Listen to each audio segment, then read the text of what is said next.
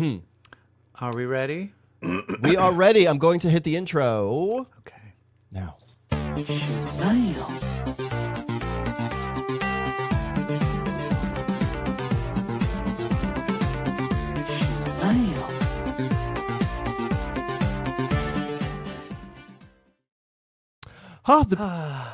You didn't get dressed. I didn't get dressed. I thought we agreed we were going formal. Well, I was until I got a new Psylocke t-shirt. It's her butterfly effect. Butterfly effect. Across your tits. And that trumps tuxedo. Well, you know what? Oh, I'm wearing a tuxedo. But here's the thing. Brett's wearing a tuxedo. He, at the awards ceremony, you are the guy, you're the classic, you know? But me, I'm like the closeted I'm the rebel. one. Yes. I'm the rebel. Yes. I'm trying to think of who would I be? Who's an actor that's like always the only one I can think Lewis? of is what's it? Ezra. No, you're no Ezra canceled. Miller. No, I'm saying he's canceled, so I don't want to use. They get their pronouns right. They're canceled. All right. Well, we need to do this award show, regardless of how we look. Yes, we do. Are you ready, everybody? Is it the awards? Well, before how was your 2024? I think it sucked. I think it sucked. It sucked in more ways than outside and in the comic book world a little. There was some highlights though, but also some disappointments. There were, and so we're going to talk about all of those in our Best of CBQ Awards. It's the episode with the awards. Comic Book Queers Awards. EvilJeff and Brett give their tops of the year of 2024. That was amazing. I did that in 3 minutes. Yeah, I could tell. That was incredible. No, that was good. That was good. All right. Wow. All right. So we're going to be this is our best of. We've been doing this every year pretty much since we came back as Comic Book Queers. Yeah. Right? Oh yeah. When in the old show we called these the queries. Which I feel it's staking more territory than I'm willing to claim. So I think best of is There's fine. also the queer teas. There exactly. I don't want to be confused. We don't put nearly as much thought. The QEs. The QEs is cute. It's cutie. Or you know what? It's fine. We're not. Welcome to the QEs. No one gives a shit. The people that win this, they're not listening, and they don't give a shit. They don't give a shit. Yeah. The people who get the worst of, though, we hope you're listening. We only have a few worst of awards. We don't like to focus on the negative here at the best of awards. We like to stay positive and focus on all the stuff we've loved. So the game here, EvilJeff. So for those of you who are listening for the first time, EvilJeff and I are going to surprise each other with our picks in each of our categories that span pop culture, that span queerdom. And this is the first year we have slides because this is the first year we've moved to YouTube as well. Yeah, so, and so we're going to surprise each other with you're pictures missing out. and Watch reveals. us on YouTube for this one. Yeah, watch us on YouTube for this one because we're going to have reveals. Okay. And we have not seen each other's picks, so we have not. It was a very tricky thing trying to figure out the slides so that we couldn't see each other's. How to have one master slide file without seeing each other's choices, but thankfully husbands helped. Yes, and it's going to be genuine gaggery. I don't feel it's going to be gaggery. I think it's going to be pretty predictable. This is going to be a safe show, so buckle up, pour some hot cocoa. Don't buckle up. Undo the seatbelt, pour some tea or hot cocoa, take a gummy, and settle in, because it's going to be a smooth ride. It's take off your seatbelts. It's going to be a smooth ride. And EvilJeff, I've also made note of which one of us is going first in each category, which I thought was a very thoughtful and vital step. Did you switch it around? A little bit, so that you go first sometimes, I go first sometimes. I did notice that I was going last a bunch, so I like that you did that. I did. Okay. Okay. Well, we're going to start with some I'm so excited. We're going to start with some non-comic book movies. Oh, no. First. Let's talk about 2024. Let's talk about 2024. We want to give some honorifics to... Yes. Let's start with our word of the year, EvilJeff. Very mindful, very demure. Thank you, Demure, for being our 2024 word of the year. Another reason to watch us on YouTube, our color of the year is up on screen. Our color of the year, Evil Jeff. Do you identify that particular shade of green? It is brat green. It's brat green, bitch. But okay, if you had to name what color brat green is, what color would you call it? Neon lime. I would call it. Do you think it's more? Do you think it's chartreuse? Chartreuse. Yeah, I think that's the closest actual color. Yeah. But it is more neon-y. Yeah. Yeah. Oh yeah. And not then, flattering. of course, a horribly unflattering color. A disgusting color, kind of like a disgusting lifestyle. If you're, you know how Michelle Visage must be reeling. Oh, reeling. Speaking of reeling, this 2024 spirit animal had us reeling. And of course, our 2024 spirit animal was none other than the diva herself, Mu Deng. I didn't give a shit about Mu Deng. I just thought she had the right attitude about living in 2024. She was like, listen, sometimes I'm going to roll around and frolic. Sometimes I'm going to scream for no reason. Sometimes I'm going to bite you. But I'm going to be cute doing What is he biting in that picture? Is someone's knee, a girl or a someone's boy? kneecap. Someone's like squatting down in front and he's taking a big bite of their knee. Boob. A boob? Is Mu Deng a girl or a boy? I think Mu Deng is a girl. Or when you don't know, they. Mu Deng's non-binary. Pope Innocentius. Yes. For those of you who've seen Conclave. Okay. Now let's get into our first category. Let's get into some awards. Yes, bring it up. Our first category is in our non-comic book pop culture category, our best non-comics movie. And I want to give a caveat here. This is not when it says comic book movie, it's supernatural. And TV show, anything supernatural we are counting. So yes, because if we had to only do specific superheroes, we're going to be really limited. This would be a dry show because 2024 was not great in that All category. right, who are we revealing first? So as first is mine. So I went through a lot. I've seen a lot in recent times. I almost gave it to one I just watched, which was Kinds of Kindness, which I just want to give a shout out to for being delightfully fucking absurd. Who's in that one? That's the Emma Stone. It's the guy who did The Favorite, right? Yes, correct. And Poor Thing. And Jesse Plemons. Is that good? I haven't seen it yet. Watch it. Okay. Yeah. However, this was a movie that I think played with the idea of stakes better than most movies I've seen. Mm-hmm. And that is Challengers. Yeah, I mean, Challengers was my favorite non-comics movie of the year because this is what it did masterfully. It decided when to give you information, and with the reveal of that information, it raised the stakes of the movie. It managed to make a movie about a tennis match in a very low-level tournament one of the most exciting high-stakes movie experiences I've been around lately, and that's why Challengers plus the acting gets my vote. I fucking love this movie. I also think it's one of the sexiest movies. Sexy. And I think this is one. There's some movies that this movie, because it was so kind of popular, this was a sexual gay awakening for many young men. There's young men that saw this movie and were like, oh, I'm queer. Yeah. Do I read comics because I'm queer? So, Evil Jeff, are you ready to reveal your choice for best non-comics movie? Yes. Here we go. Oh! I also have to talk about stakes, and it is the movie Conclave. Wow. I just referenced it, girl. Yeah. I said Pope Innocentius. Because I will tell you this. I was dragged to see this by my husband. He was like, it's about the Pope. Like, and I was like, ugh. Great. I hate Catholic. I'm an ex-Catholic. Yeah, no, we don't like religious stuff. No, it'll be good. And I'm like, ugh. And I think going into it being like, oh, it's about religion. And I'm like, no, it is about... It's a reality show. It's a reality show of America's next top pope. Yes, that's exactly what this is. In my hand, I hold only two pieces of paper that must be burned.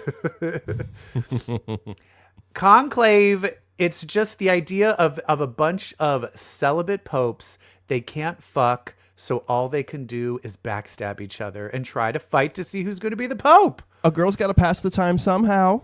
I was riveted. riveting. Was riveted. So that was my favorite there was one that would have been that I was going back and forth between, but I give it other award. I didn't want to give it all the awards because it wins another award later. So I had to give it to Conclave. That's the great thing about our categories is Yeah. we've designed them in such a way that we could recognize movies, whether or not they fall into the best. You know what I mean? Like we're tricky of getting all of our favorites in if here. someone actually asked me what is my favorite movie of the year, It would be in the comic book category. At least mine is. if I was asked what would be, mine would be in the gay category. Gotcha. Okay, great. But we'll get to that later. We'll get there. 'Cause I think But now- my movie, you probably don't have it on any of your stuff. Good. I like when we don't have the same answers, but mostly we will. This next one you won't have, though. Our best non-comics TV show. I will go first again. This is you're for not going me- to have mine either. Yeah. This is for me. It was just watching. It doesn't feel like watching a show. It feels like watching people you know and like invading their life. And it's Somebody Somewhere on HBO Max, starring everybody's talking Jeff about Hiller this. and Bridget Everett. Season 3, the final season of the series. It is one of the most emotional TV watches ever. And here's the beauty of it. It depicts life in Manhattan, Kansas, of just, a few characters who are all on the queer spectrum in some way. And it provides such a slice of progressive life in the middle of Kansas in a way that feels so natural and so correct. It is one of the most beautiful, just humbling, joyful, sad shows I've seen. What's it ever. called again? Somebody Somewhere. My TikTok page wants me to watch this show. Everybody's Really? talking about it. It's always like, because it just had the series finale. So people are Correct. very emotional about it. But everyone says like, oh my God, do you want to cry? And then I'm like, no, I really don't right now. So I haven't started it because I'm not emotionally in a place Yeah. where I want to feel the types of tears- emotions I feel it's going to bring up. The tears come from the beauty of human connection. If that And helps. you know what? I'm ready to end human connection. Human connection? All right. I'm ready to burn it all to the ground. Evil Jeff, what's your non-comics TV show of the year? Mine, of course. Mine. I gotta do a Thai BL. BL. I had to do, and this is the thing. Is this show great? Probably not. Could the acting be a bit better? Probably. But this show it's airing right now. It's only halfway through. It is called The Heart Killers. Oh. It's called The Heart Killers. I think you know what? I cut off the title of the show on myself. Oh, I thought it was called Kiss Me, Kill Me. No, that's the tagline underneath. It is two adopted brothers that are hitmen, and they kill people that their adopted mother tells them to kill. So they're kind of like mafia hitmen. We love a boss mom. And Or like a mafia basically- mom. Yeah. And then one guy, he meets this dude and has a one-night stand with one of the brothers. Meets the dude, has a hot one-night stand. He picks him up in a bowling alley. And they fuck. And then, but that guy's on parole. And his parole officer is like, hey, we actually caught you out and saw that you were with this dude. We're actually trying to we think he might be a hitman. So you need to try and get evidence if he's a hitman, and so we can put him in jail. Or we'll revoke your parole and put you back in jail. Oh my God. So he's now dating this guy, but also trying to secretly put him in jail. And then his friend starts dating the other brother. And so they end up, and then the other brother finds out the other friend finds out he's a hitman. So it's basically two regular people dating two hitmen, and basically they're falling in love. But they also were like, "Is he gonna kill me? Is he gonna kill me, or is he just gonna make sweet love to me?" And That's hot. The tension. The other couple, because the one brother is like very. There's always a cold. B couple in this genre. Yeah, the B couple, basically the older brother is like, I'm not going to let you date this guy. I don't trust him. And so the other friend is like, fine, I'll get my friend to fuck him. And then that'll like get him out of my hair. So the other friend fucks him and he's like, oh, I think I'm in love with him. And he's like, oh, I should tell you, he's a hitman. And then the friend is like, what? And then he's like, having sex with him and he's like, oh, I think he's going to kill me, but this is really hot. Sex where you don't know if you're in love or if they're going to kill you. That's just my kind of show. I've never The Heart experienced Killers. that. The Heart Killer. The I Heart haven't Killers, either. thank you. I'm sure it's probably. I don't want to experience. I probably don't want to experience that in real life. But oh, come on. I mean, any anonymous sex, they might kill you. They might kill you. Have you ever seen Cruising with Al Pacino? Ooh, classic. The movie where if you decide to become gay, you probably will then become a serial killer. Probably. But anyway, this was my favorite thing because it just does things to me. I love how you were like, I wanted a real, I want to feel something human, slice of life connection, and I'm like, this Hitman gets sex. my dick. This gets my groin tingling. I love it. Oh, what is this? This is what is this picture? This is the actor that I'm kind of watching it for. Oh, okay. All right. So now there's a picture of a beautiful shirtless man on our screen. His name's Jung. He plays one of the hitmen, and yeah, I'm watching now. He's sold. He's just beautiful. Sold. All right. Best binge. Best this is always a binge. weird one because Yes, that's what I like about this one.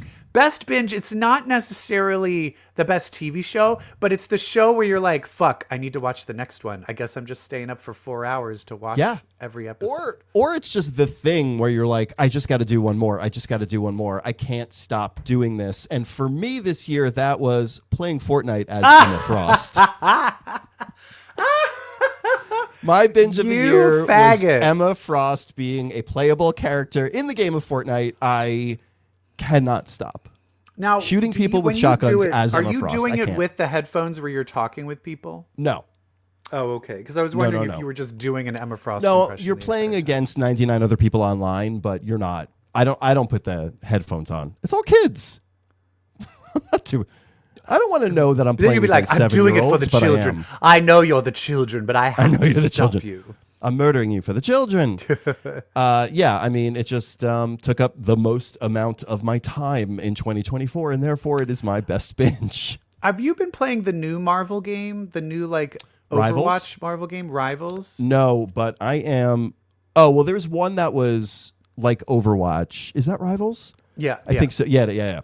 No, because I'm hoping Santa comes through.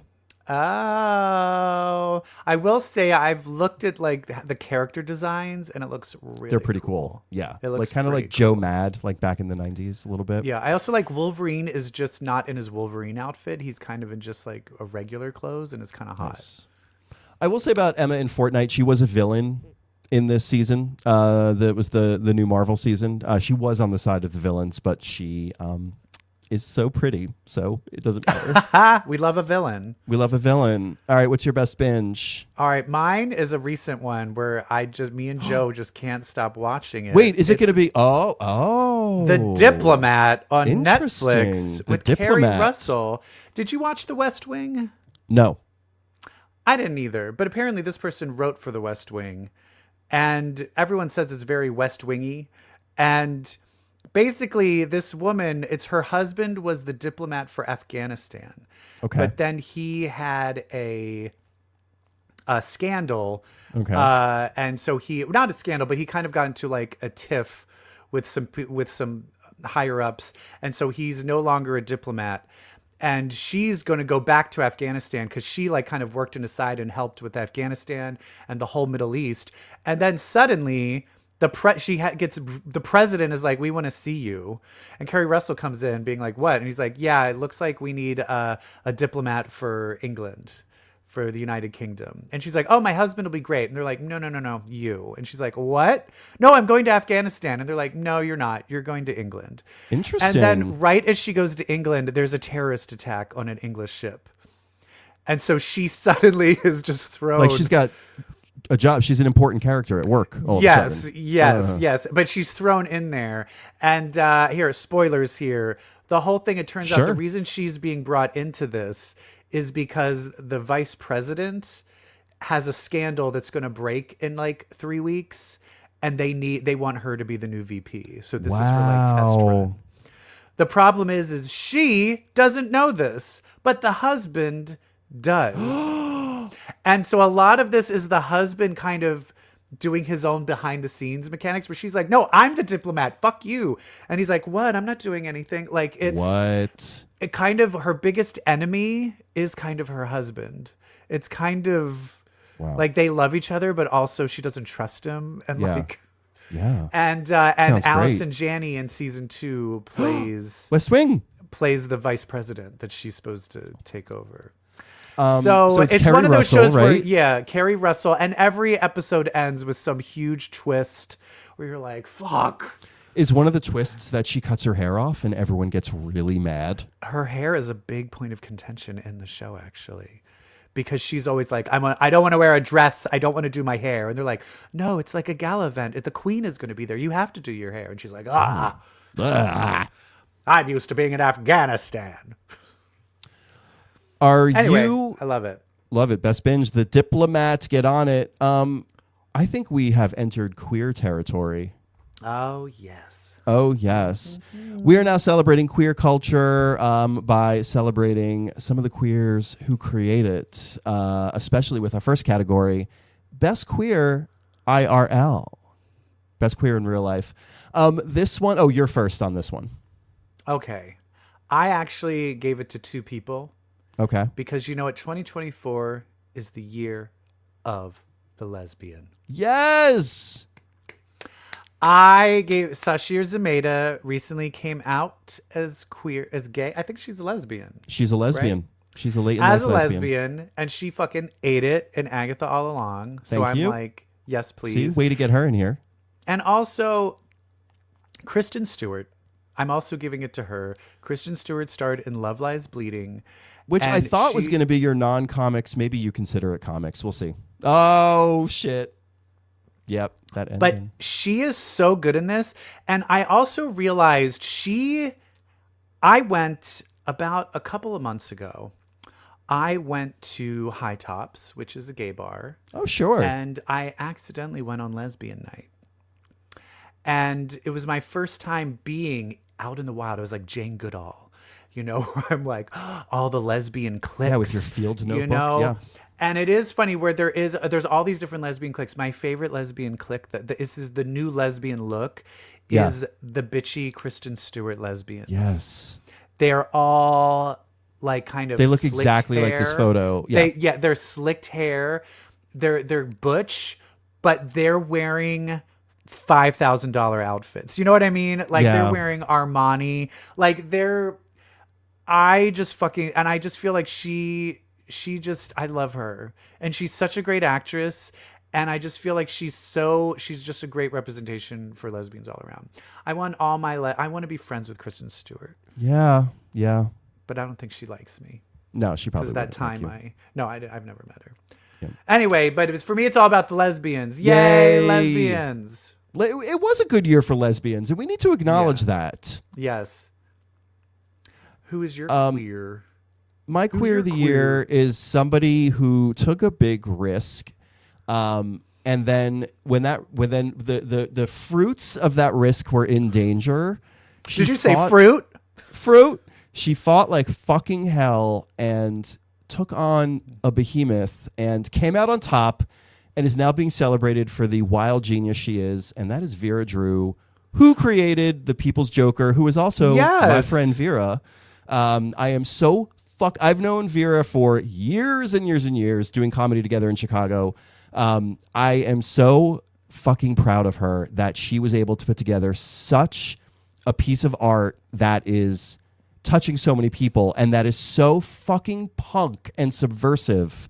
And it's now winning multiple awards. This is what people should be watching, and not Joker Part 2. What is that called? Folie Deux?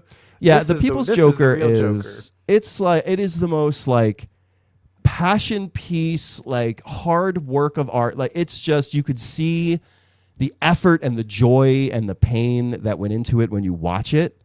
And it's just like avant-garde and punk as fuck. And she's fucking awesome. And I hope she has a lot of success after this because she deserves it. Well, especially she, with like, everything coming up, we need people that we need fighters. we need fighters. We need people that are gonna auteurs. be- Yes, yes, Like yes. artists. We need punk artists, and that's who she like. I can't like Vera is who.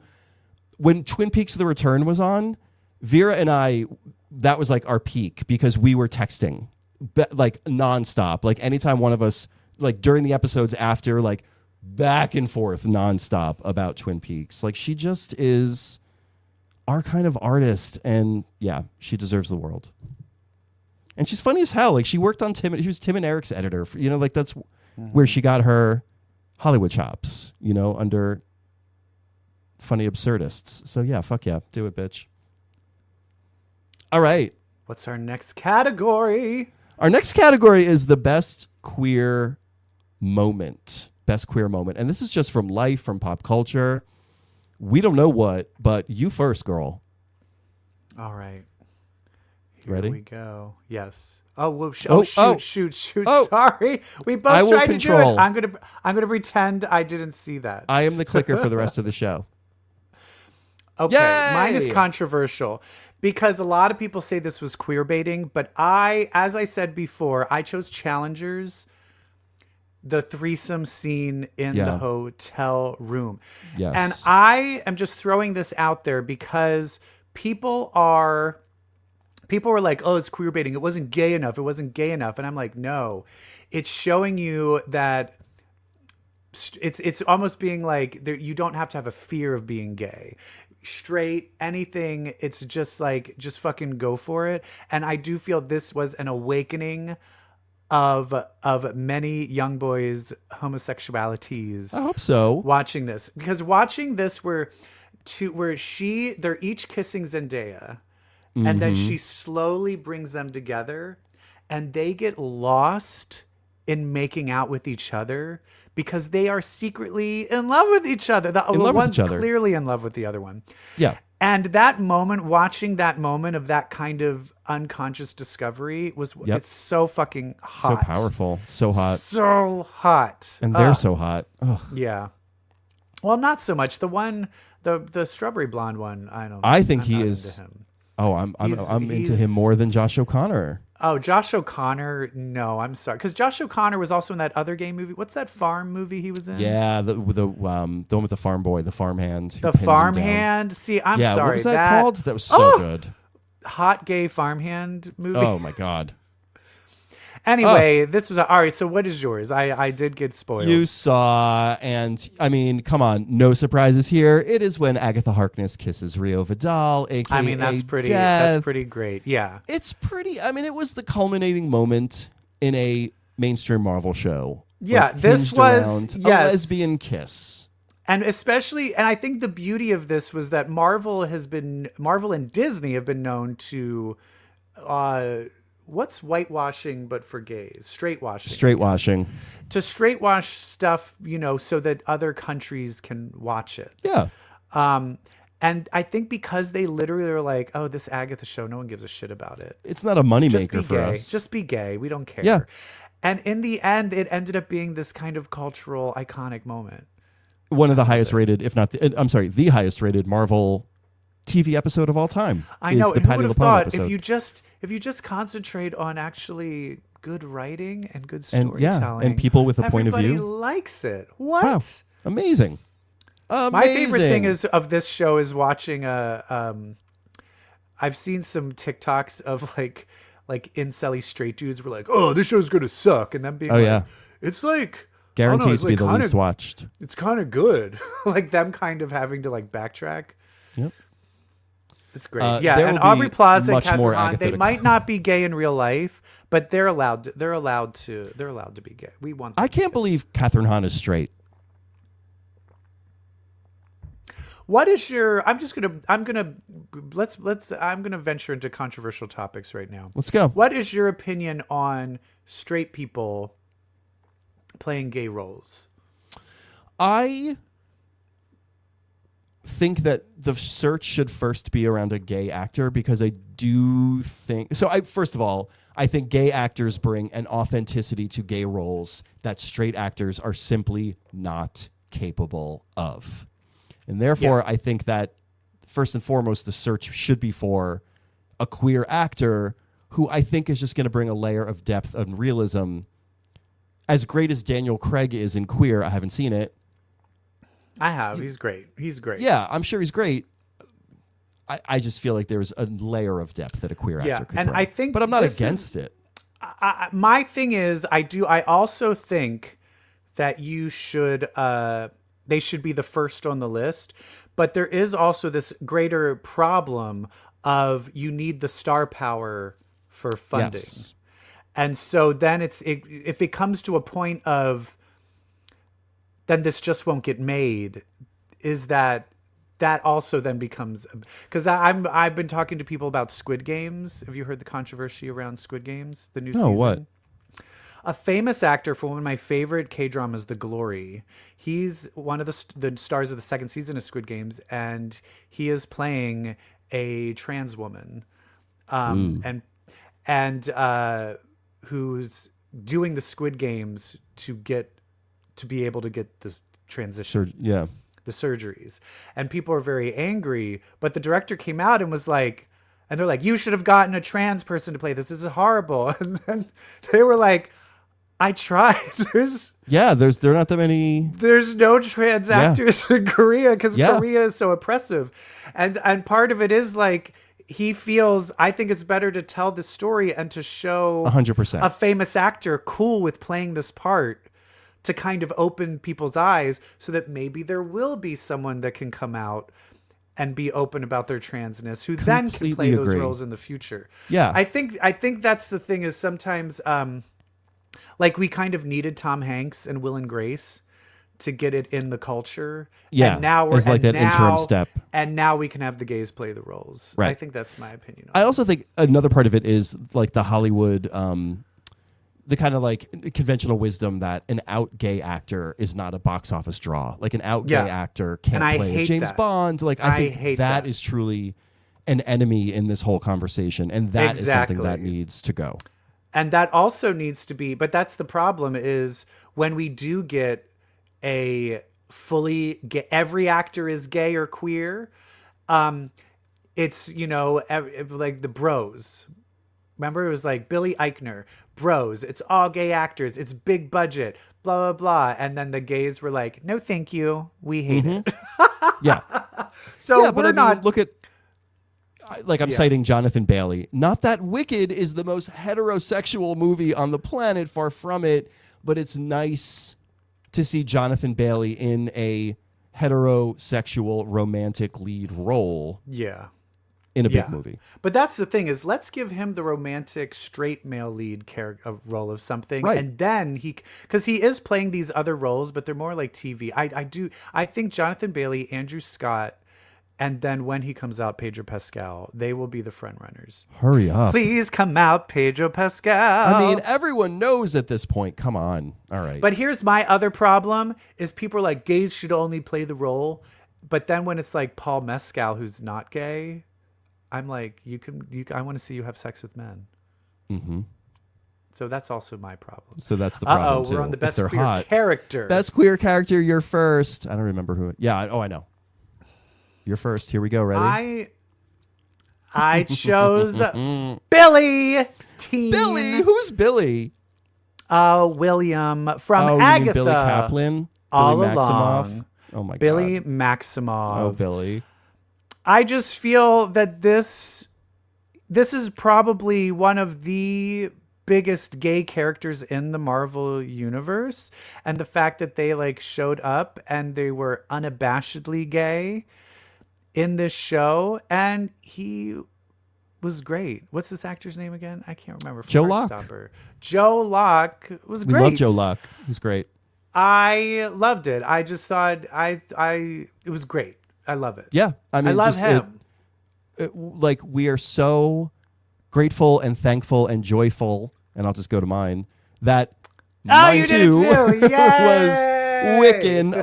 Like this, like, honestly, that was one of the brightest spots of 2024 is we got MCU Wiccan, and he's great, and he's gay as hell, and he was in a show that like pretty much changed my fucking life, and I'm thankful.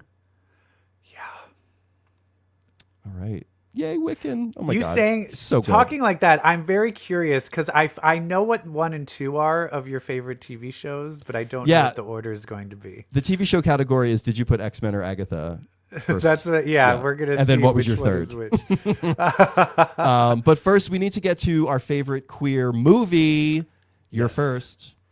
This is what is technically my favorite movie of the year. Oh my goodness. Love Lies Bleeding. Best Love queer Lies movie. Bleeding. This, and here's the thing. When you're watching and I know this is going to be a controversial thing, and probably gay people are like, don't say this, because this might be used as a soundbite for right-wing media. I think a good gay movie makes you gay. Yes. Yes. If that movie is so good, you're like, I want to be like that. I want to be gay. This movie looks made punk as me fuck. Yeah. want to be a lesbian. Gay is so cool I in this movie. Want to be a lesbian. And here's Also, the other thing. These are two horrible people, though. I don't give a fuck. They're hot. Of course. And I think that's movie. the other genius of the show is when you have horrible people, but you're still rooting for them. Yeah.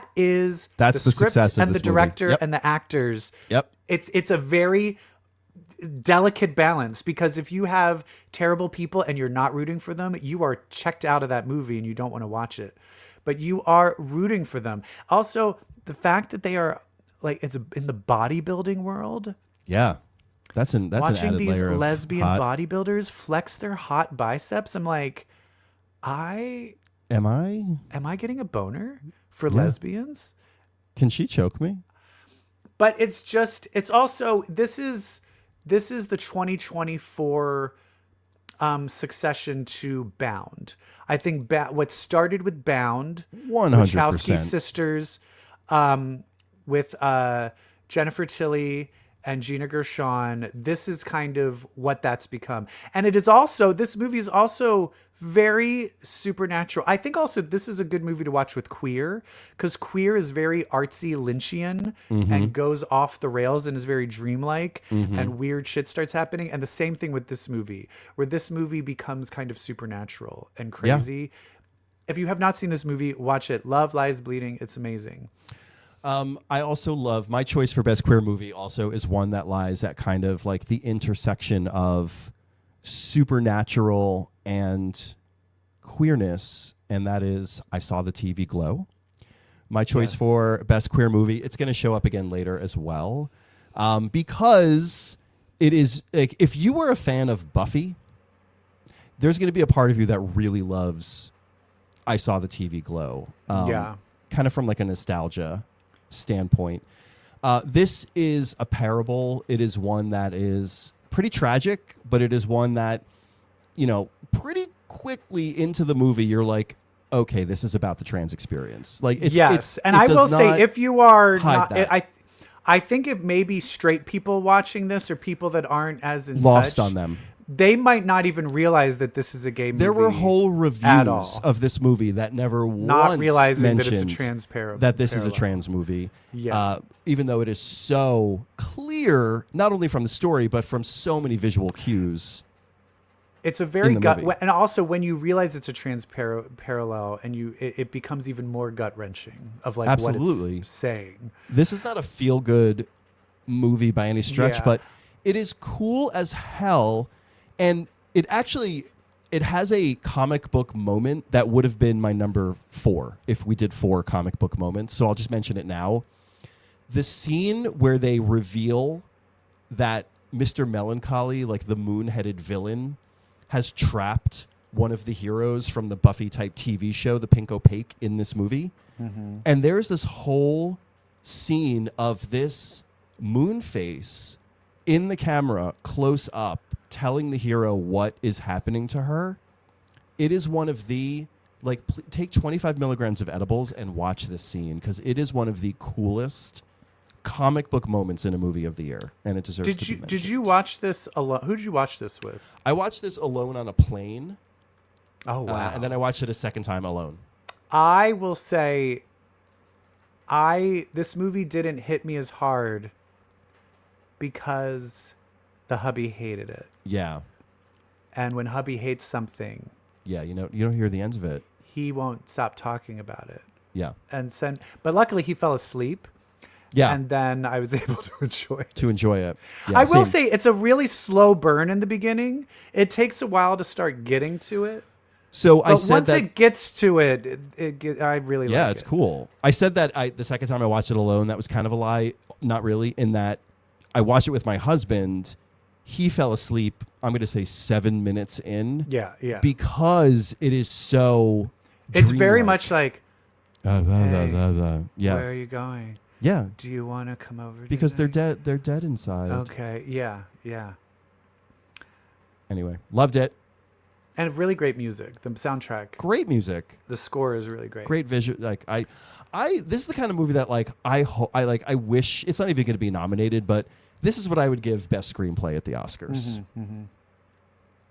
All right, let's get into our comic book categories. All right. We're very excited because comic book are the first two words of the title of this podcast. Yes. So this is where it's all about. This is the nitty gritty. This is it. where our opinions count. All right. I'll go first with my number 3. So we're going to have 3 each because this is a big category. My first one is number 3. I hope you actually got to see this because season 2 did take place in 2024. And I fucking love this show, Extraordinary, on Hulu. Right. It's great. So It's great. goddamn much. Like, season 2, I don't even know if you watched it. We never talked about it. I didn't finish it. I really need It's to go back and watch it. phenomenal. Oh, I know. It was great. I don't know why I didn't finish watch it. I loved it. Like, same. I let so much time go by, and then the second I put it on, I was like, and I didn't stop. Almost was my best binge because I did not stop. These 4, the pic they're looking at on the screen, these 4 main actors, like they are, I think, my favorite ensemble on television right now. Agatha. But these 4 are so great. The show is so funny. Season 2 is about the main character who is the only person on the planet who doesn't have a power. Very My Hero Academia. Her finally going to the clinic to uncover why she doesn't have a power and what that power could be. And it's a great story. Nice. Oh, cool. Yeah, I need to finish watching it. I also want to watch My Hero Academia, but I'm so daunted. Yes, you do. By how many much episodes? it has. But maybe that's what we're going to force ourselves to talk about it in the coming year to force me to watch it. Let's do that. Okay. All right, you're next. Number 3. My number 3 Best is comic book. The Penguin. Good. I was not sold on the first episode. But that's because it wasn't really focusing on Miss Krista Milioti yet. Just yet. And once she entered the fray, it was one of those where you were like, we need to talk about this for our show. And I'm like, I'm like 5 episodes behind. And you're like, get with it. And I'm like, how am I going to watch 5 episodes? I binged like all of them in a row because I was They're about her. I couldn't take and I will say, she was so good, it brought it up to number 3. I will say the other character, the other main character, what was his name? Vincent? Yeah.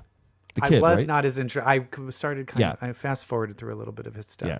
But it doesn't matter anymore because he's dead. Spoilers. Anyway, this show is just nice and gritty. And the Matt Reeves Batman world, I just love it. Love it. I love it. It's great. Barry Keoghan Joker. I'll take it. Yeah, I'm all here for it. And it looks like this, I mean, is this a limited series and not even like a TV show? Because I think this is just leading into the next movie. Yeah, it like any awards like Golden Globes that it was nominated for, it was nominated in the limited series category. But I will say, not Agatha. Agatha, I think, is comedy. I think. Oh, of course. Great. Which means season All 2. right. So All right. Well, speaking of Agatha, so you and I now are facing our number 1, our number 2, and our number 1 for best TV show. We both know which 2 shows these are. All right. And it's a lot, girl, to put one over the other. It really it's a lot. But I did it. Okay. What's your number 2? My number 2 is X-Men 97. Okay, X-Men. Now listen. This is... Okay. There was nothing like this. And I'll get to, like, I'll mention this much more in the show, but what do we say? What do we say about this gift? It really this was phenomenon. It was perfect. Let's see what your number 2 is. Okay. Oh my God. We're in such a fight. Hold on. I put my number 2 as Agatha All Along. I loved Agatha All Along, but there is a history, girl. There is a history, and that that's what factored into my overcome. choices. I understand that. So my number 1 is Agatha, and your number 1 is X-Men. X-Men. So let's what were the reasons behind your putting one over the other? For me, it's the history of X-Men is my favorite thing ever. It's my favorite thing ever. Yeah. And we have lived in a world where even when the cartoon came out, I still was like, I was older when the cartoon, we're the same. Yeah, age. no, I had a job. We were like, yeah. We were like, I think it came out end of high school or beginning of college. Yeah, around. like end of high school And so it was very kid oriented. And so even though I loved it, I felt the comics were way more X-Men-y. X-Men and adult. So it was a little bit of a kiddie washing of it. Yeah. That I loved it, but it wasn't like, oh, the X-Men is on Saturday mornings. I need to be up to watch it. You know what I mean? I wasn't like that. So, and then the movies came out, and I liked the movies, but then as the movies kept going, a lot of these movies sucked. So I've always been disappointed. I've always been disappointed with any X-Men mutant franchise. It never delivered. This literally was like, hey, can I get a list of everything that Jeff and Brett like about the X-Men? And then we're going to hand it to you on a silver platter. Would you like Cunty Madeline Pryor? Check. Yes, please. Are we going to do Inferno? Check. Are we going to have Sinister? Check. Are we going to have like Storm lose Emma her Frost powers? Diamond Form? Yeah, check. Would you like Life Death? Do you want Genosha, the Massacre of Genosha? It went there. An Amazing Cyclops? Yeah, it went, and it was also like, it's the same thing where I know J.K. Rowling's canceled, but one of the beauties of the Harry Potter series is that the writing style aged as he aged. Like, it got more adult as he grew up. And this was the kids that watched X-Men 97. It's like, no, we're making this for you. We're here now. It's not a kid's fucking show. And that is why that one topped. Agatha is just a perfect, amazing show all around, but it didn't have the history. It didn't have the history behind it where I couldn't make it number 1. It's so funny. So it's the same reason, but I spun it differently. I gave X-Men number 2 because I've always known X-Men was that good. And I gave Agatha number 1. This surprised you. Because this came out of nowhere. Because it surprised you that, okay. But it, you know it what? That is spoke funny. to my soul, Agatha. I love that we're both on the exact same page. But Yeah. for those different reasons, we gave it one. We switched the number 1 spot. Yeah. All right. Yeah, Agatha is fucking great. Oh, no. Worst comic book TV show. I think I'm first on this one. Okay, so let's see. I was wondering, like, there might be something worse. I knew but I'm what like, you were maybe going I to pick. forgot. Maybe I know forgot. what you picked. Okay. So I went with one that I was like, you know what? I never got to talk about how fucking bad this is, so I'm going to pick it. And that is the franchise on HBO Max. I wouldn't even watch it. It looked terrible. This is about the making of a Marvel movie. It was so, like, I've never seen a show like, it added so much flash to it, like in its editing, its music, just to cover up the fact that, like, it was supposed to be happening. High stakes and, like, you really just could not care less. Like, all the performances are absolute garbage. The jokes just absolutely do not hit at all. And, like, I thought the concept I thought was good. Like, let's explore what fucking hell it is to make a Marvel movie. I was like, yeah, I'm in. But not funny. Yeah, it looked terrible. I wouldn't even watch it because it looked bad. I think Joe Yeah. put it on and he was like, ooh. Yeah. Because there's another one where it's like the making of like of a sci-fi movie. There's like a movie with the girl who plays Nebula. What's her name? Oh, yeah, yeah. What was that? Yeah. I With forget. and then Leslie Mann, Karen I think, Gillan, is in yeah. it. They did a movie version, and that one wasn't good. And I'm like, I think this is just a genre that no one can figure out how to get right. Yeah. So you Like probably it was, should just avoid it. like I guess it was like it wanted to be farcical, but it just Yeah. dragged. Mine. Okay, well, let's see. Before we click it, you can click it, but what do you think mine is? I think yours is an animated series that unfortunately paled in comparison to the original All right, series yeah, from which you it got spun me. off. You got me. You know me. Ah. Kite Man, hell yeah. It was, Harley Quinn is so good. And it's crazy because it has so many of the same writers. It has SNL writers too. Like it has Second City people. Like this And I person feel I used to bad. know. I know she's not, I was at a friend's going away party and I was sitting with Brian Gallivan and then one of the Oh. writers of Kite Man. And then I was like, Wait, was it? Sorry. I'm not good. I'm not going to mention. It's not. Oh my God, I'm cutting that out.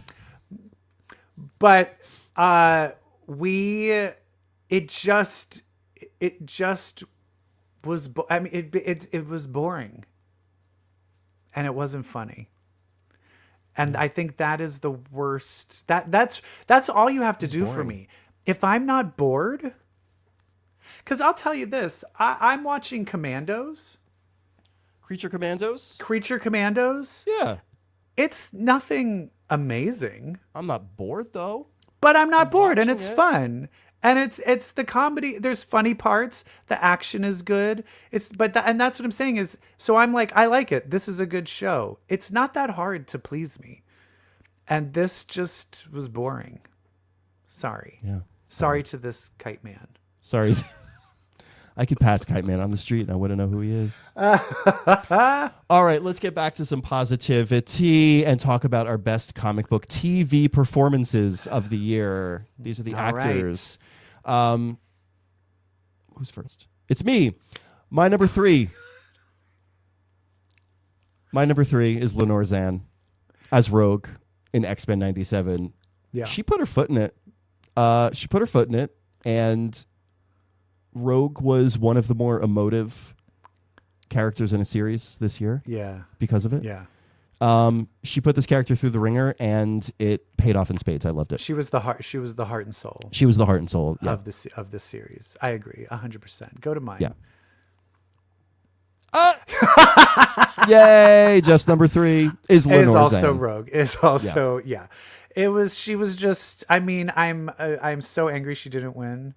Me too. Best animated performance. Who won instead of? I forget. Yeah. I think it was Maya Rudolph for like Big oh, Mouth. for Big Mouth again? Yeah. Like, you're great. I love you, Maya, but no. Yeah. This like her. I can't feel you. Yeah. When Gambit died, give her the fucking Emmy, bitch.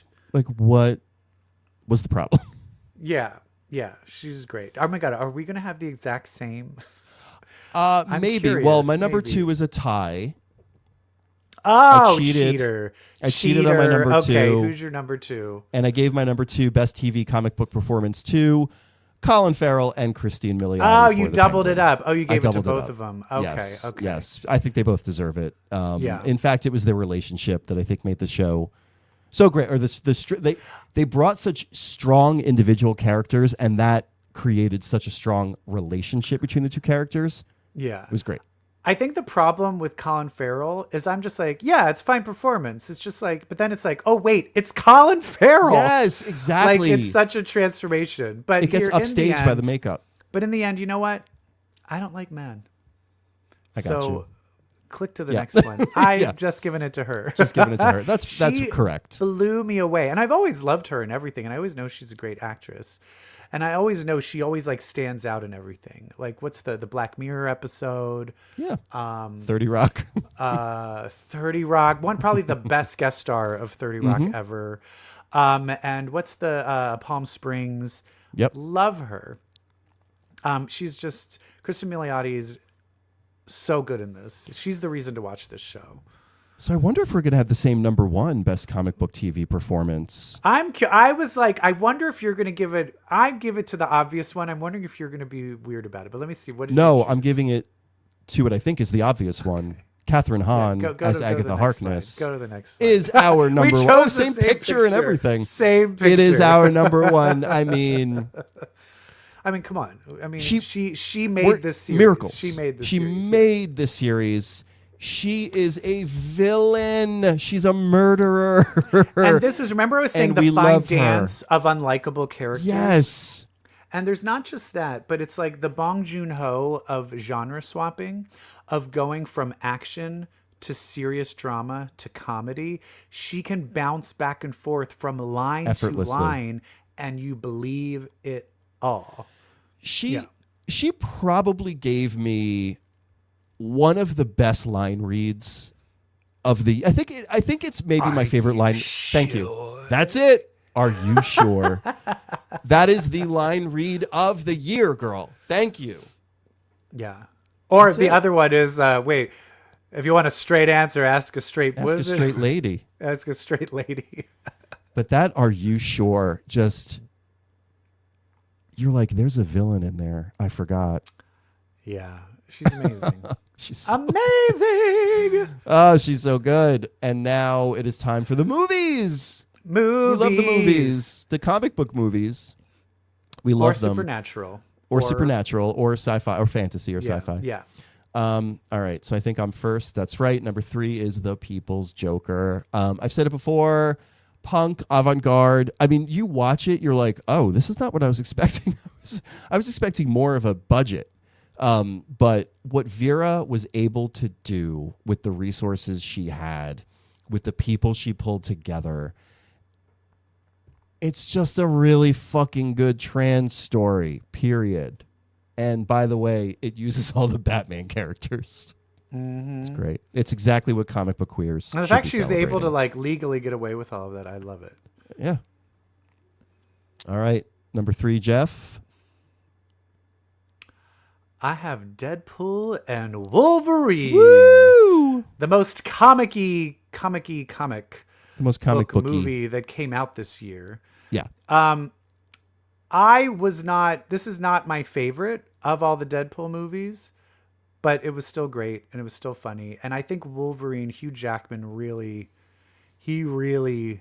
pulled out all the stops and just gave you what you wanted. For all the people being like, oh, I love Hugh Jackman Wolverine, he fucking gave it to you. Yeah. And they had really good chemistry. They did. It was great. It did not make my list, but it was great. It didn't make my list because I went to watch it again and I was like, meh, I don't want to. Yeah. All right, what's My your number 2 is, yet again, I'm sorry, but it is I Saw the TV Glow, because people have powers in this movie. People have powers, okay? There are 2 girls who can psychically connect and guide one another from across the county in the Pink Opaque. I saw the TV. It's just, this is the kind of movie, like, I don't know why I love it so much. I want to watch it like 80 times. I just love the pink, slimy, saccharine nature of this whole movie. It's so pink and gooey. And I like that. EvilJeff, what's your number 2? The Substance. Oh, my goodness. The Substance. Movie, I can't believe we haven't mentioned The Substance yet. This movie blew me away. When they were like Demi Moore in a body horror, I'm like, yes, please. And I saw this in the theaters, and the audience was just so on the same page with me, and we were laughing and gasping all at the same moments. And it's a tour de force performance from both of them. And I will say the very end, like the third act maybe could have shaved like 6-7 minutes off of it. It's my only quip. But I fucking love this movie, The Substance. Yeah. If you have not seen The Substance, I also feel this is an instant cult classic. People will be talking about this movie decades from now. People will be inspired by this movie decades from now. And she is the moment. She is the moment. And I want her to get a fucking Academy Award nomination. But she won't because of genre bias. Well, she was speaking nominated of, for a Golden Globe, though. yeah, but So- they do musical and comedy. Well, it's kind of not a great. It's the awards season is a little bit lackluster this year. Maybe so I'm it's her hoping year. maybe she can put it in. Well, I hope so, shoot, because shoot. my number one comic book movie of 2024 is The Substance. It is my number one. Yes. I've never been so interested in what was happening on screen in front of me in a while. I was in a bar because they had a Substance watch party, this wine bar in Hell's Kitchen, and I was watching. Oh, is that just recently? Yeah, scores of people in this bar seeing The Substance for the first time. It was this. I walked in the scene where she's sewing her back up with the provided needle and thread, and I'm looking at the faces of the people in this bar, and there are some people who are just gleefully affixed to what's happening, and there are some people who are so horrified by what they're looking at in a public setting, and yet could not look away. Yeah. It's great. I'm Jeff, gonna go to what my is your number one that number one? we haven't talked about at all. Oh my God. It is Jeff's number one comic book movie. Dune 2. Yeah. To Dune. Yeah. Dune. Yeah. Dune. I love the Dune series so far. These series of movies, I just feel that they are perfectly made. They're They are perfect. beautiful to look at. The pacing, the fact that they're so long, but the pacing is beautiful. That, like this second world, when they go to Austin Butler's world, Yes. and it's all that world because of the sky, everything is in black and white. Black. The art direction and it takes you into this other world, and it is just, I just feel it's a perfect fantasy movie. And for me, because it's just so perfect, I had to give it number Yeah. one. I'm glad you did. Love it. And now our worst comic book movie. Worst I am comic gonna- book movie. We have not gotten to see Craven yet. And I hear You that's think a that's real going to piece be of shit. bad? Oh no! When does that come out? It's out.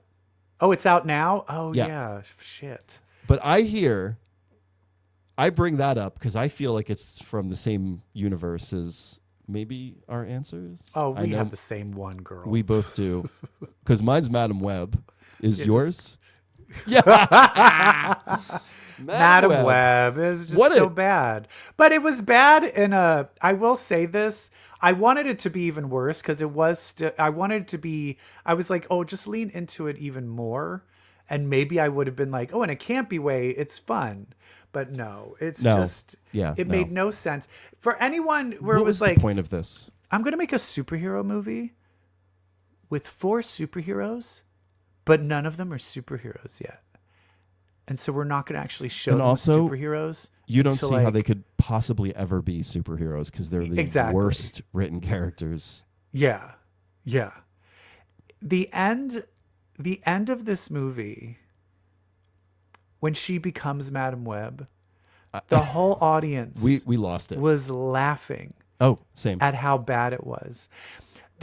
Also, nothing made sense. There was not, it had more plot holes. It had more ADR than actual dialogue that was filmed on set. And the sad thing is because that trailer came out with, give me the line, Brett. Give me the line. No, you don't understand. He was with my mom in South America while researching spiders before she died. The fact that they took that stuff out, I think they should have left it in. Yeah. Let it be like the room of the Spider-Man movies, you know? Like, let it just be so bad. Also, Dakota Johnson, How?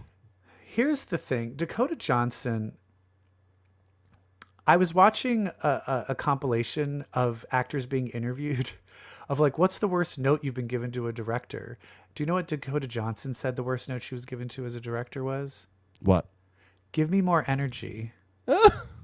And I'm like, bitch, I would have said that to you. Bitch, It's probably do your you worst note ever because not get everyone that? is saying, and I would say, I think she's a good actress because I've seen her in dramatic things. What's that movie with her and Olivia Colman with the kid? You don't know what I I'm don't know. talking about? It No. was directed by Maggie Gyllenhaal. It came out like a couple years ago. Olivia Colman was nominated for an Oscar. Oh. Anyway, she's good in that, but she's playing a subdued, real to life. But anything that takes like where you need to have know what it is. If she was on RuPaul's Drag Race, she ain't got the C. She ain't got the C. She ain't got the charisma. Right. She really don't have the uniqueness either. No. I mean, she has the nerve. She has the nerve to be a has the Nepo baby audacity. and to be on these things. And maybe But she my has some God. talent. But Well, let's celebrate she's though terrible. with Craven. Evidently, that is the end. And Venom came out. We never even not even on our radar. Venom: Last Dance. Craven. It's the end of the Sony Spider-Man universe. Thank where they were fucking just like, God. wow, we did all of these movies and no, I mean, I guess Venom did okay financially, but also it's like, why would you want to watch anything without Spider-Man in it? Also, I don't give me a speaking of fucking break. Spider-Man characters that are in these movies, I saw a spoilery clip from Craven. I am so mad. That I saw this clip. Not like I'm ever going to see the movie. No, I will because he's hot. But B, that this character was wasted in this movie. He's like my favorite Spider-Man villain. The chameleon? Like the guy that's just like just the white head, the white face. He's in Craven. Oh, I'm sorry. Oh. Anyway. Best comic book movie performance. All right.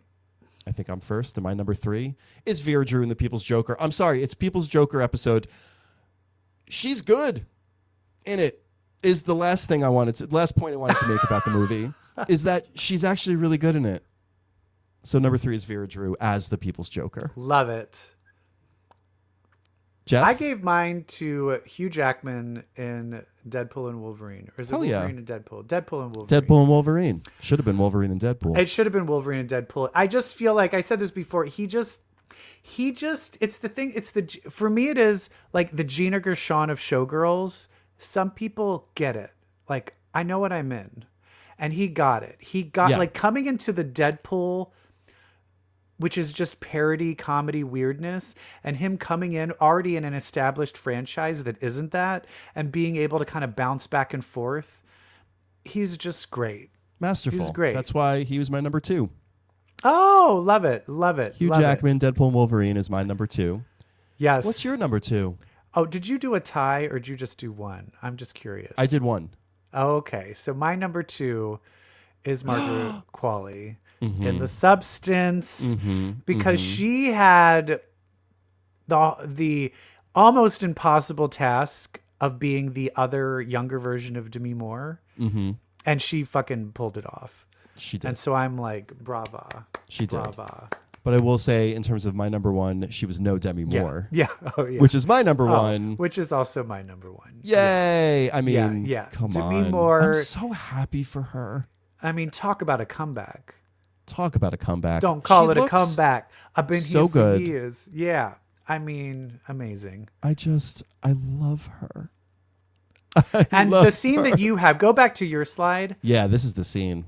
This is the Oscar scene clip. where she's going on a date and keeps redoing her makeup and taking it off. Ooh, girl. That's me with my hair. Intense. Not me. I've decided. Oh, did I Demi tell you? Moore. Did I tell you I'm Dr. Filling my hair right now? No, what do you mean? I'm just letting that my hair plugs? grow out. Oh, fun. But because I'm bald here, Yeah, it's you look like a starting to stepdad. look like Dr. Phil. Okay. I just want to kind of. I realized I need to do a lay of the land to see where it is because Yeah. I shave it all the time. when you grow your hair out, it gives you a lot of options. Well, I have zero options Like a because I have comb over. nothing here. But I want to see like where is it? Where I just want to see what's the damage, and then I guess What's your damage, Heather? Get a hair transplant. No, I'm Oh, not gonna do nice. that. No, I'm not going to do that. Don't do that. My friend did it, and it looks great. Oh, But, okay. But I don't care. I don't care enough. No, to spend that much I'm not money. participating in anything that needs to look good except this. Oh God, we're on comic books now. We're on the comic books now. We're wrapping up. I mean, we saved the comic books for last because that is the heart and soul of this show. Who's going first in this worst comic book? It's me. Okay. I mean, It's cause me. I'll tell you, I'm going to say this right now.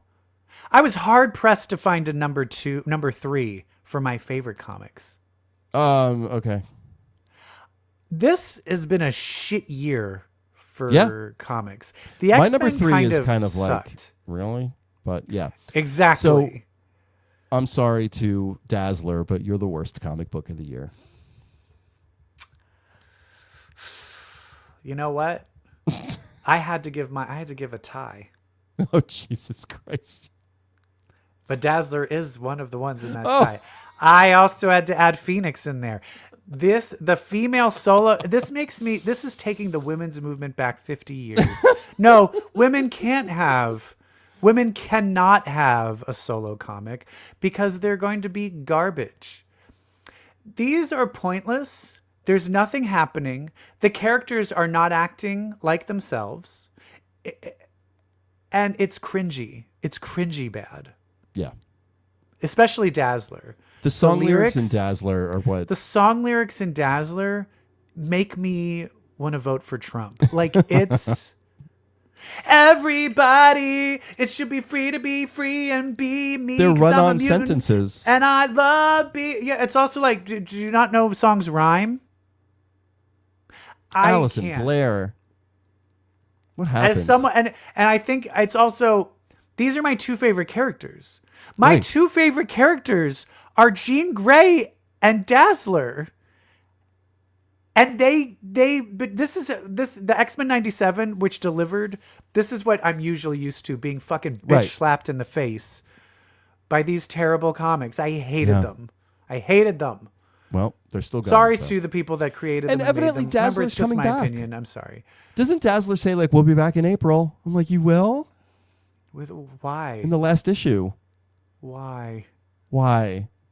All right, let's talk about the best comic book characters before we get into our best comic book. Who goes first? I believe it's me. Oh, yeah, I have my 3 in a row, and then you have yours on one slide. Yes. All right, so I'll go through mine. Okay. My number 3 favorite comic book character of the year is Lilia Calderoo. There she is. You knew she was going to pop up here somewhere. Lilia Calderoo, because this is a character in Marvel Comics who nobody had heard of, even though she did exist, and quickly became a lot of people's favorite comic book character of the year this year. Yeah, amazing. I mean, Amazing. everyone in that show is Patti amazing. LuPone. They all deserve a place in here. Yes. But I love it. Number- We almost, except for April, all of them made it. But you into had the this list. Diplomat, which she's in. Oh, right. Yes. Yay. So there you go. My second is Agatha Harkness. She would have been number 1, but I argue that there is one comic book character that left an even deeper impact on pop culture this year. And all it took was a crop top, and that's Gambit. Gambit, number 1 comic book Gambit character of in the his year. crop top. Gambit in his croc top, and then the death of Gambit took us by storm. Pardon the pun. Yes. Gambit in his crop top changed the world. Okay? Yeah.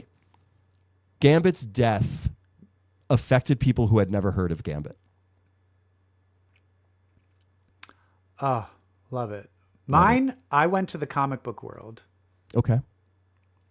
because I gave it a 5-way. I gave it a 4-way tie, and I chose the Outliers because my Nice. biggest pet peeve is the X-Men have so many great mutant characters, and a new writer will come in and be like, "I have these new mutants," and I'm like, "Stop it! Yeah. Here's I don't want to Hazard. see new mutants." Here's And Hazard and Cornstalk. Cornstalk. But for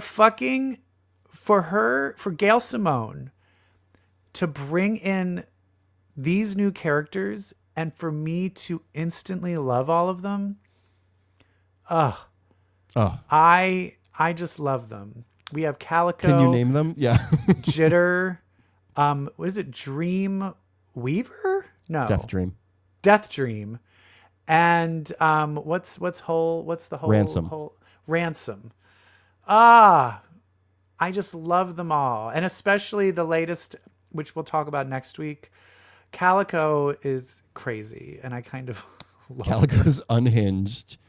Is an Wait, can unhinged we also nutjob. can we talk about one? We need to and mention Ember. Ember. Because I'm going to say it right now. Oh, and girl, I never told you this. What? I think Ember is people. You think Ember's a person? Yes. Oh, interesting. Because two things happened. Okay. And I know I'm being played. The second thing is they're playing me for a fool, but I don't care.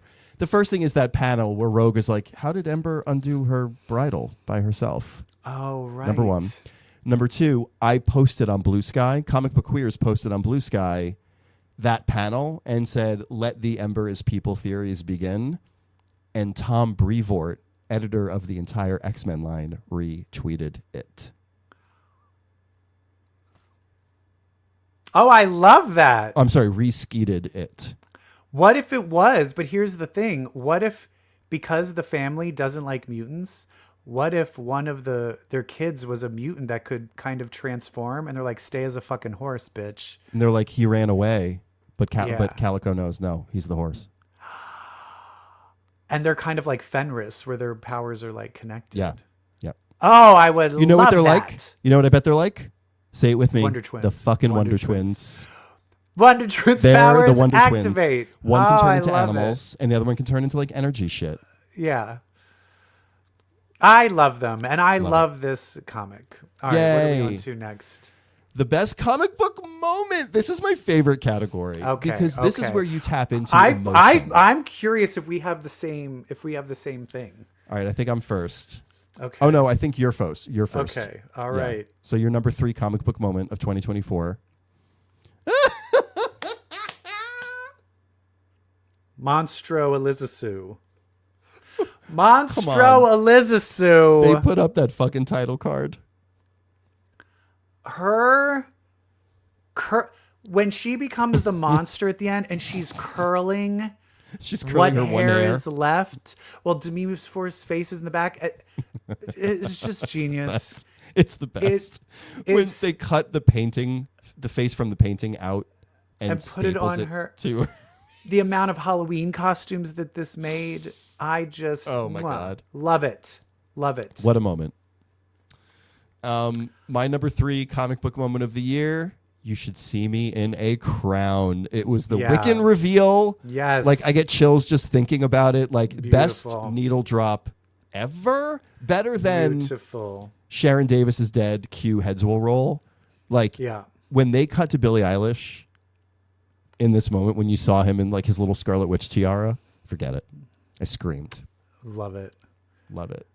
My number All right. 2. Number it's 2. a weird thing to. What is this? What am I looking at? Oh, It's X-Men Genosha.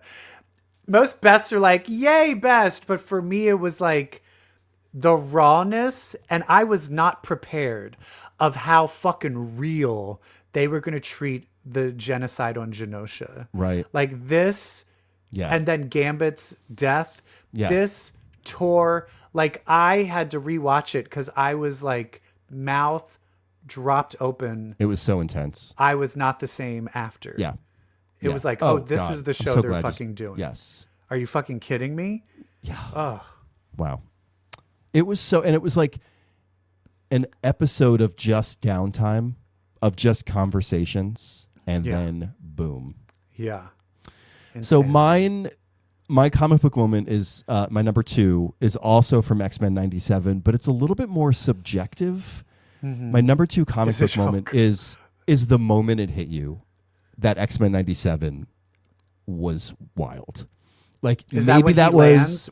When he I mean, uses who the power knows? beam to land? Okay. It could have been for Oh, me for personally. anybody. Oh, like, okay. For me personally, it was when he fought the Friends of Humanity and like was using his optic blast to like hit the floor and move backwards. I was like, wait a minute.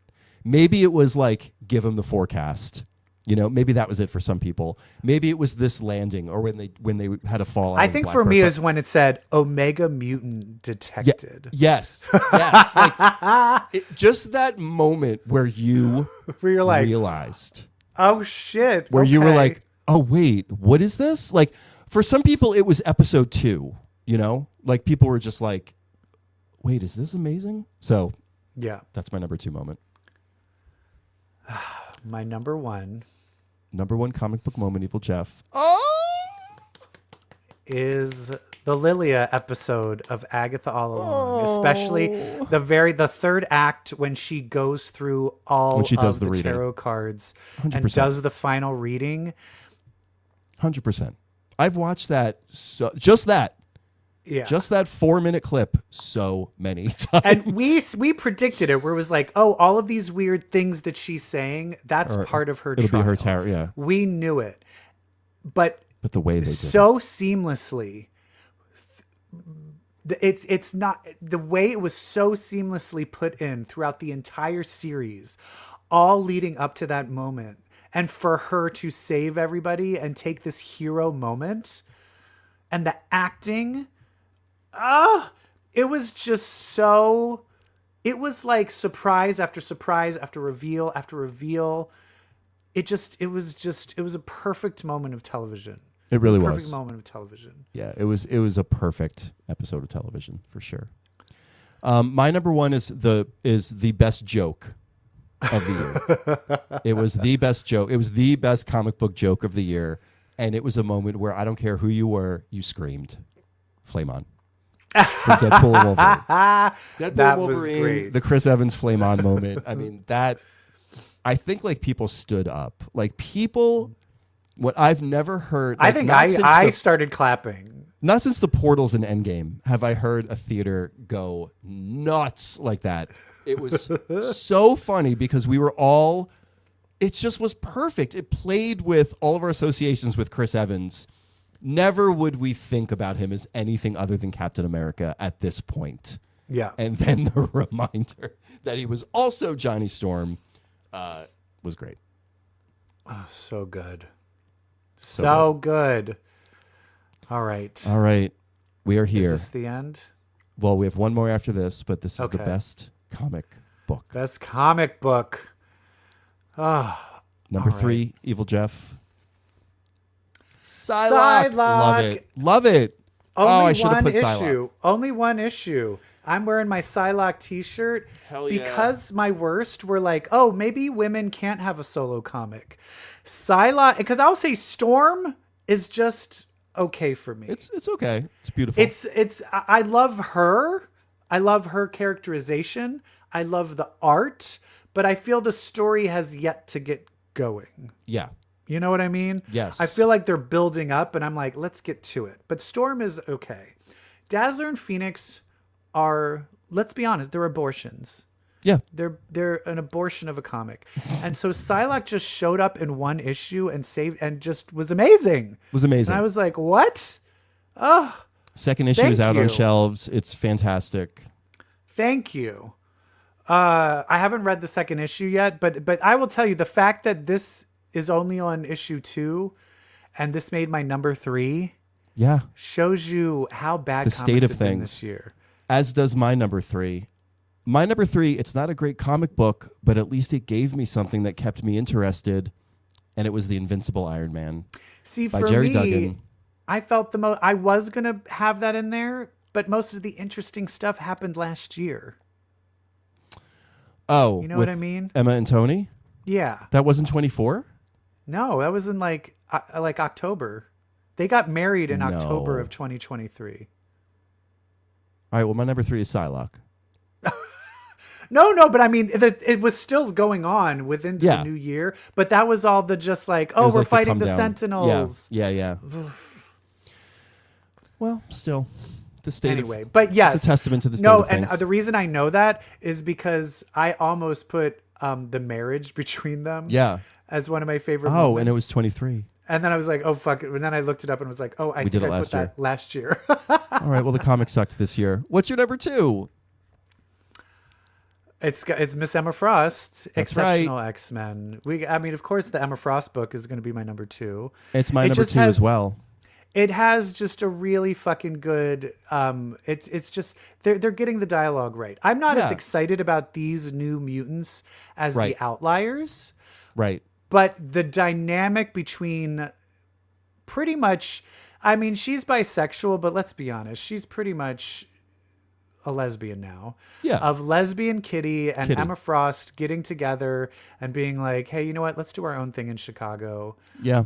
It's about the relationship. It's about the relationship, It everybody. feels fresh. It feels healthy. There's great Yeah. oxygen here. Like, yeah, it's great. Love it. Come on in. Number 1, Evil Jeff and I have the same book. Uncanny X-Men. Uncanny Gail X-Men. Simone. She saved us this year. You know what? And I really feel like I got really into when she wrote Wonder Woman. Yeah. And then when she left, I was like, I've tried to read other Wonder Womans and I didn't get into it. And Yeah. I'm like, she has that magic sauce. Yeah. Some people Yeah. have that magic, and I know he doesn't always hit, but like the Brian Michael Bendis, Brian K. Vaughan, They be coming up with shit. They come up with shit. Wait, who? Why am I not? Who's Krakoa? Yeah. Jerry Lockstep. Nope. His name is Jonathan Hickman. Jonathan Hickman. Gail Simone is up there. Yeah. Where when they come into something, you fucking There's a little pay something attention. extra going on. You Yeah. pay attention because it's just, and making Rogue the heart and center of the team. Oh, yes. You know, this came to me. This is why making Rogue the center of the team is such a good choice. By the nature of Rogue's power and history, she has pretty much touched every X-Man at this point. Literally. So they're in her head. So she has got a deep, intimate rapport and understanding of each one of her friends, of each one of these people. Of course she should be the leader. She's the only one that literally can empathize and understand where everyone else is coming from. She's the only choice for leader in some ways. And this latest issue of Uncanny with Cyclops versus Rogue and seeing the different leader styles and how Cyclops is being a whiny bitch that she just won't stand down. She's like, no. Yeah, fuck you. No. Sorry. I'm Yeah. going to do what I want. He's like, just listen to me. Listen to And me. She's like, no. No. Yeah. It's great. And the art. What's David their name Marquez. again? Marquez. The art, it's now in my top 5 Yeah. favorite artists Yes. that have done the X-Men. Thank goodness Number for this 1 will book. always be Mark Silvestri. No one will ever be Yeah. Mark Silvestri. But this is kind of the same spirit. But that's where the Pepe Sexy. Larraz and now Marquez. Yeah. Great. Love it. Yeah. And finally, our final, it's sort of our bonus award. Best comic book is really the award. Yes. It's the best picture of this Yes. show. But we like to do one more, and that's our entertainer of the year. Yes. We started with some non-comic book stuff. Let's end with some non-comic-y stuff. And this really who's the was person that what was your definition of entertainer? like this was the sentence I said to myself. She kind of already was in contention when she said, "Say that shit with your chest," but then she starred in Wicked, and I'm sorry, but Ariana Grande, untouchable this year. Shit. Album sickening. Wicked nailed it. She is on top of the world. She is giving in 2024. Yeah, and she's Ariana taking other people's husbands, and nobody cares. Her performance is so good, no one cares. So she that's destroyed a entertainment, marriage. baby. What do we want? Healthy marriages in Hollywood? No, we want drama. Yeah. I also chose a pop star. You did? Did I you go with did. Charlie? No. Chapo! I went with Chapel Roan. Nice. I You're almost more, did too. you're more Charlie over Chapel, I feel. No, I'm big Chapel. I'm big. Are you Chapel over Charlie? Am I feel Chapel like- over Charlie? Would you Yeah, put in terms of which what I album listen would to? you, which in terms album of what I would like you put groove over? out to? Yeah. Like, yes. However, Von Dutch was my song of the year. Yeah. That's why But- I'm saying that. Yeah, for me, But Good Luck Midwest Babe. Princess was what I listened to the most from an album Yeah. perspective. Yeah, and Good Luck Babe, which is so crazy. That's her next album. Yeah, which I know. still Do you know, please come like, out soon. do you know what, like, my number one Chapel, like, I just, it is the most iconic. I fucking love it. Like, I can't believe she wrote this song. My Kink is Karma. My Kink is Karma may be over Do you- Von Dutch. My Kink is Karma is my favorite song after it goes Good Luck Babe, My Kink is My Karma, and then Pink Pony Club. Yeah. Are my favorite. But I love every song on that album. Coffee, and Casual. Even like Naked in Manhattan, I love Naked, it all. oh, please. Love it all. But the way that she blew up so fast, and the way that she handled paparazzi. And the fact that she's like a total cunt. And I will say, some people are like, oh, it's so off-putting. And I'm like, she doesn't care. Because I think she's kind of refreshing. I think she's kind of like, you know what? This fame stuff kind of sucks. Take it away from me. This is all I don't extra. give a fuck. Like, I don't give I'm a not fuck. going to play the game, and I'm just going to be a cunt. Yeah. Oh, well. Be a cunt. She was on Sabrina Carpenter's Christmas special, singing Last Christmas. Love her. She calls this album The Project, which to me is such a shrewd pop culture move in that she's separating herself. She's separating the art from the artist by that's what she made the persona Project. Chappell Roan. Yeah, because that's not even her name. Isn't she like Rosalie? It's just a great way to keep things at distance. For me, where she changed it, the first time I listened to Good Luck Babe, I saw a performance at Coachella, it was one of those. And it was, for me, it was actually what she said before she started singing the song. And she goes, this next song is for my ex, because I know you're listening. And I just want to let you know all of the bad stuff that's happening to you now, it's not because of karma. It's because of me. And then she sang that song. And I was like, and when I heard that song, I was like, oh, this is I don't think there's been a good break. Not since You Ought to Know has there been as good of a breakup song as Good Luck Babe. Yeah. Listen, these divas. This was the year of the diva. Here we are debating Ariana, lesbians. Charlie. I'm all about Chappell, lesbians. Wicked, Chappell Roan, Charlie XCX, Sabrina Carpenter, The Substance. Women, The Substance, Agatha All Along, all Agatha, women. lesbians. The Substance, lesbians. Honestly, the entertainer of the year was lesbians. Let's be honest. Let's be honest, okay? Let's be honest. What a Thank great you, way to lesbians, end it. for 2024. Thank you. And bisexuals. Yeah, gays are out. Lesbians gays are out. in. Lesbians and bisexuals. And trans is in. Yes, thank you. Thank you so much. Well, thank you so much for listening. Brett. And thank you, Brett, for always being here. You're my entertainer of the year. Yes. Oh, yay. Yay. What do you think 2025 is going to bring us? James Gunn's Superman. Yeah. Which we'll talk about next week we'll or talk next time. about that next week. Yeah. Oh, my God. And apparently my wet dreams for the next 3 months. Apparently. Oh. You talking about David Cornissett? Uh-huh. Yeah. As Clark Kent. Thank you. Oh, girl. As Clark Kent. Oh, my God. I can't wait to talk about this because I said to my husband, I was like, why am I more hot for Clark Kent than I am for Superman? Uh-huh. Yep. It's that mussy hair. It's that hair. That you can grab onto while you're fucking him. Hair. All right, anyway. How old is he? Next time. Oh, he's old. He's in his 30s, right? 30s. Okay.